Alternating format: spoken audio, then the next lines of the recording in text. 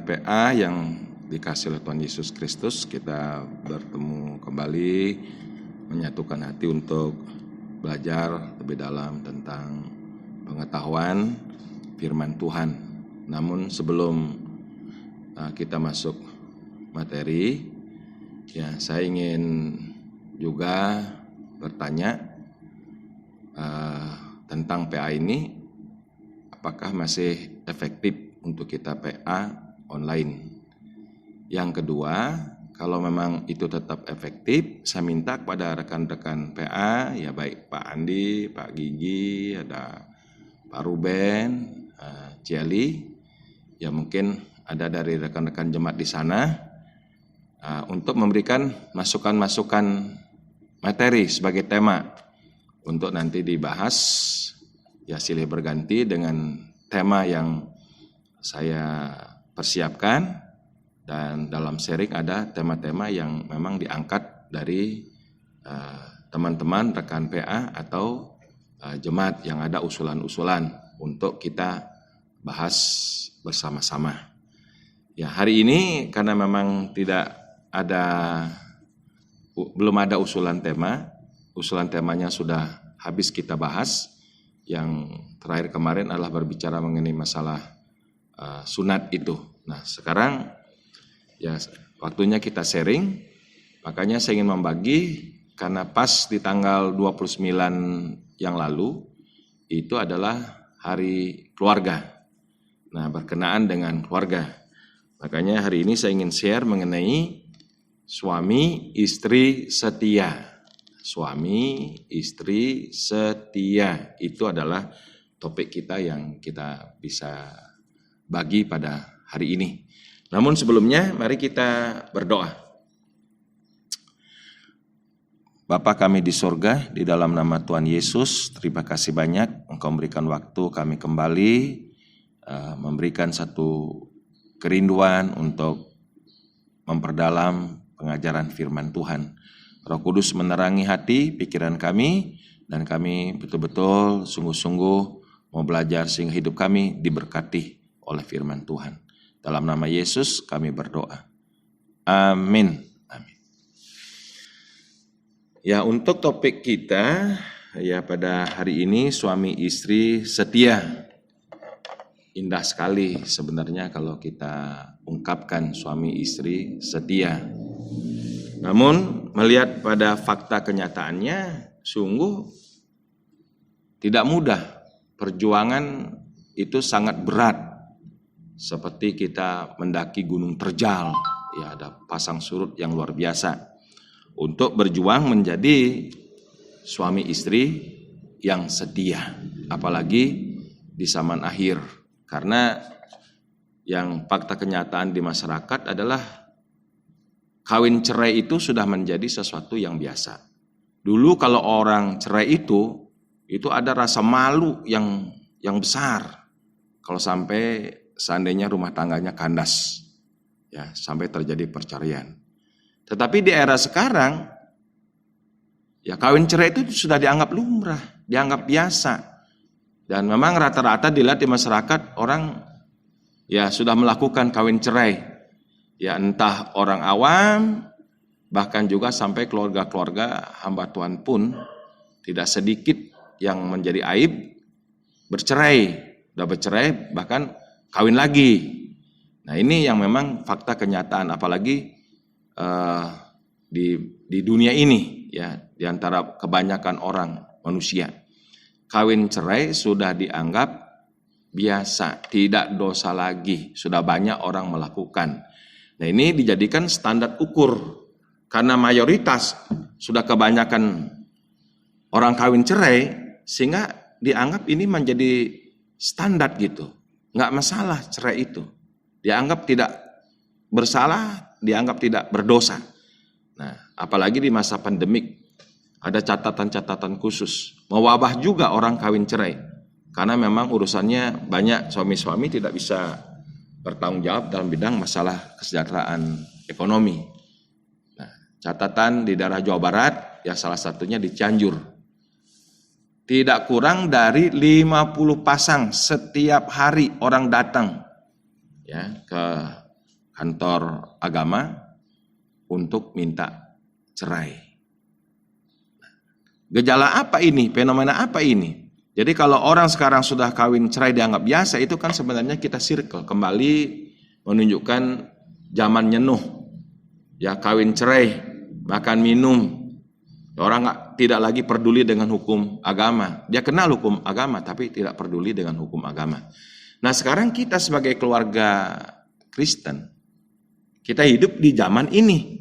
Di zaman yang memang di sekitar kita bukan hanya orang di luar Kristen, di dalam Kristen pun banyak keluarga yang kawin cerai. Bahkan saya bilang di keluarga hamba Tuhan pun banyak yang kandas dan dianggap biasa. Nah, itu saya ingin mengangkat pada hari ini di tengah-tengah zaman yang tidak setia dalam kelembagaan keluarganya, dalam hubungan keluarganya sebagai suami istri. Nah, kita mau dengar firman Tuhan. Apa yang dikatakan Alkitab? Nah, supaya di tengah-tengah angkatan yang tidak setia ini dalam berumah tangga, tidak setia dalam suami istri, nah kita tetap mau menjadi suami istri setia. Ini nilai yang harus dipertahankan, diperjuangkan, karena dia mempunyai sebuah nilai yang luar biasa di hadapan Tuhan. Nah, untuk itu saya akan membacakan atau kita akan membaca firman Tuhan dari Injil Matius pasal 19 ya, ayat yang pertama sampai dengan ayat yang ke-9 ya. Nah, jadi mungkin barangkali kalau saya simpelkan, wah kan sekarang perceraian sudah lumrah umum. Kalau begitu, apakah boleh keluarga Kristen bercerai? Nah, itu kurang lebih demikian. Apa yang dikatakan oleh firman Tuhan. Jadi tolak ukur kita bukan nilai-nilai yang terjadi di masyarakat. Tetap tolak ukur kita adalah nilai-nilai yang diajarkan oleh Bible, oleh Alkitab. Standar kita itu Alkitab. Alkitab itu kanon, menjadi tolak ukur. Bukan nilai-nilai di dunia yang ditolak ukur. Alkitab, firman Tuhan, kanon, menjadi tolak ukur. Makanya saya mengajak kita ikut firman Tuhan.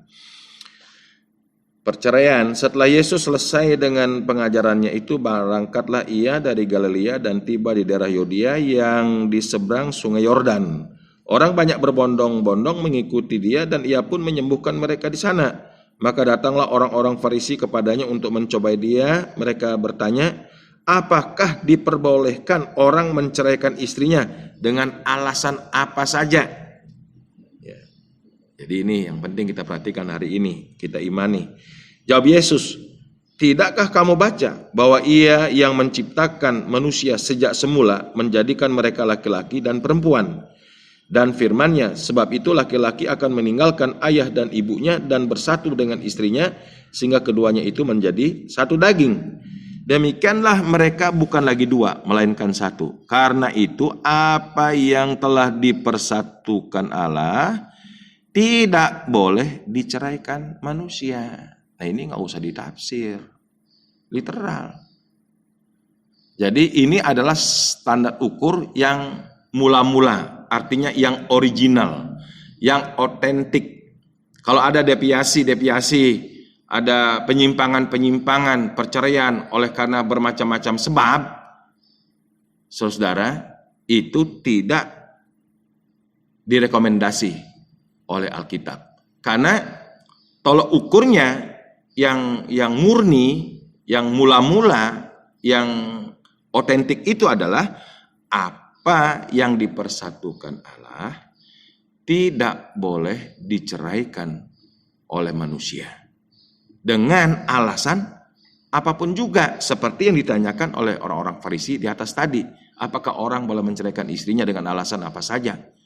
Tidak ada alasan untuk bercerai, hanya maut yang bisa memisahkan hubungan suami istri. Nah, ini yang harus kita pegang, ini yang harus kita imani dan kita lakukan, kita perjuangkan di tengah-tengah angkatan yang tidak setia dalam hubungan urusan suami istri. Nah, kita sebagai anak-anak Tuhan, sebagai keluarga Kristen, keluarga yang sudah mengenal kebenaran, keluarga yang sudah diselamatkan, karena Tuhan mempunyai tujuan untuk keluarga kita di bumi. Untuk apa? Menjadi kesaksian. Makanya kalau ada keluarga kita bukannya Kita ini mungkin keluarga sempurna, ada aja titik-titik lemahnya. Tetapi kita berjuang dari ketidaksempurnaan kita untuk tetap menggenapkan firman Tuhan sekuat-kuatnya. Itu yang dikatakan oleh firman Tuhan. Makanya kita harus ikut tolok ukur pernyataan firman Tuhan yang sejak mulanya, yang original, yang otentik. Tidak boleh bercerai apapun alasannya, kecuali maut. Makanya kita harus berjuang di tengah-tengah situasi dunia yang semakin rusak ini. Nah, disinilah kita bersaksi. Makanya untuk urusan pelayanan aja, baik standar episkopos itu gembala, baik standar diakonos itu diaken yang sekarang ini disebut majelis, harus suami dari satu istri. Atau sebaliknya adalah istri dari satu suami. Dia boleh ke gereja, dia boleh melakukan pelayanan secara fungsional, tapi duduk di dalam status kepengurusan diaken, dia standarnya ada suami dari satu istri atau istri dari satu suami. Nah, berarti Tuhan menghendaki tak pernah berubah. Ada standar supaya kita boleh setia sebagai suami istri. Tujuannya apa?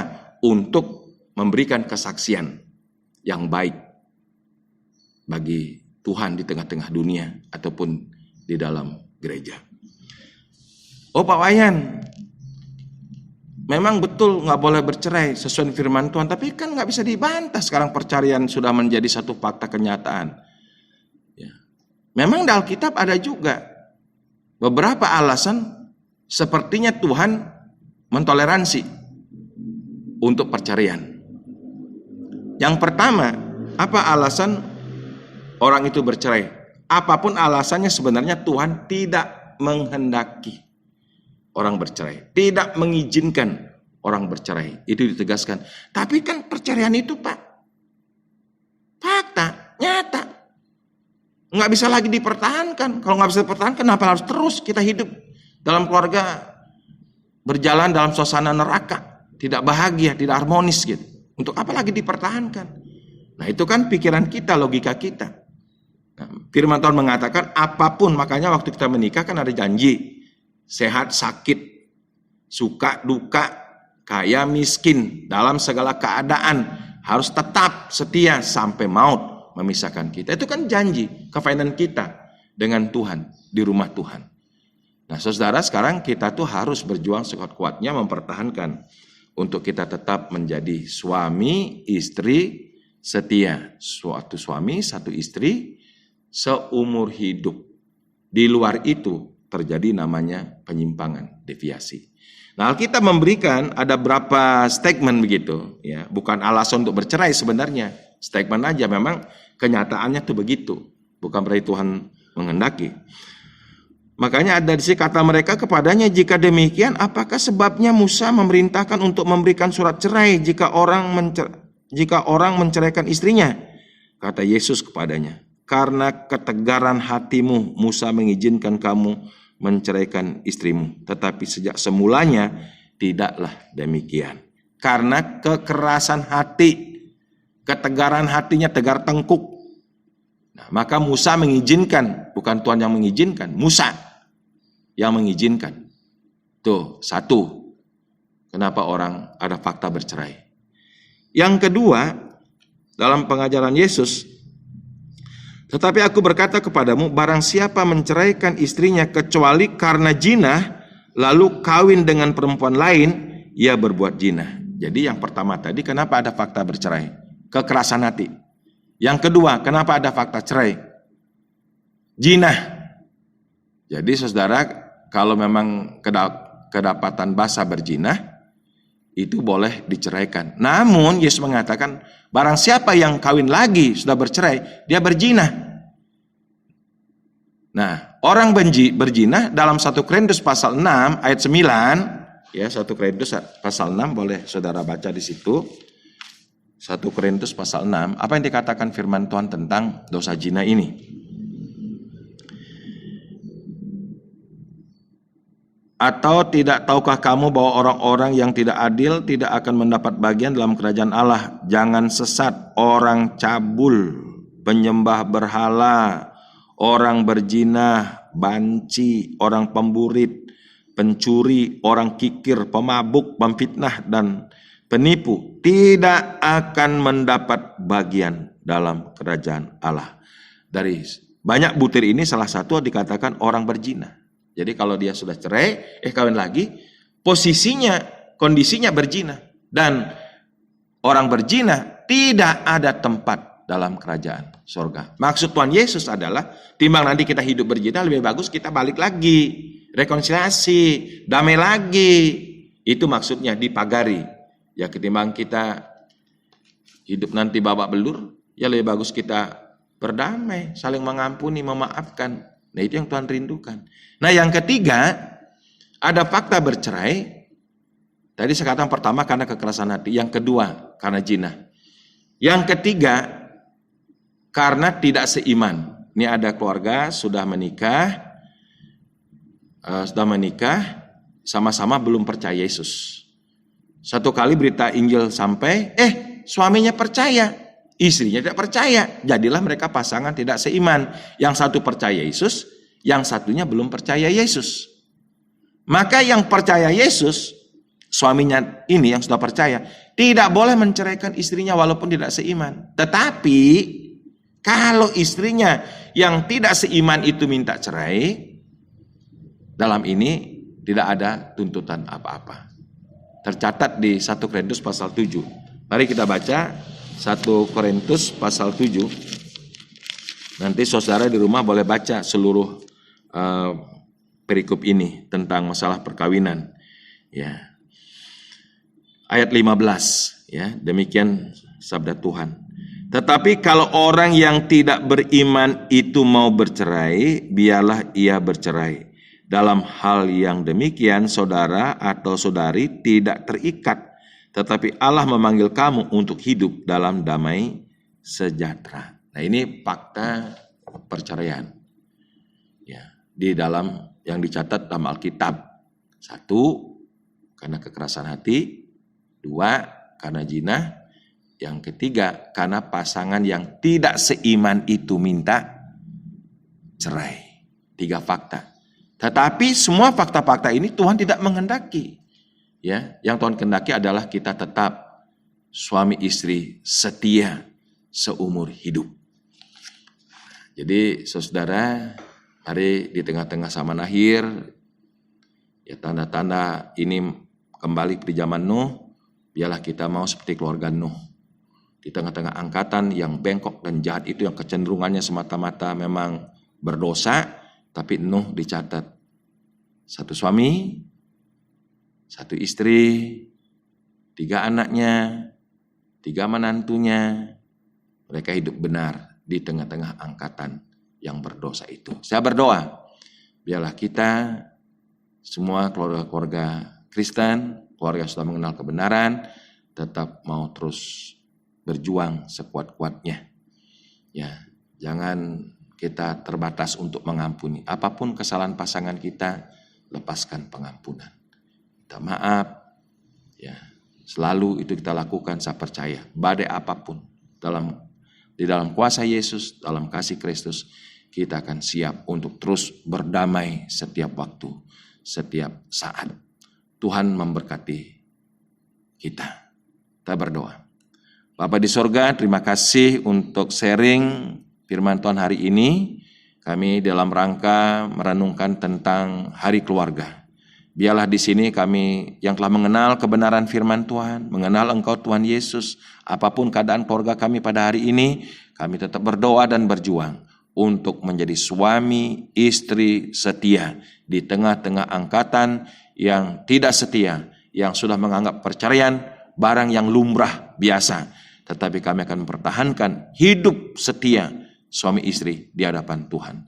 Dalam nama Yesus kami berdoa. Amin.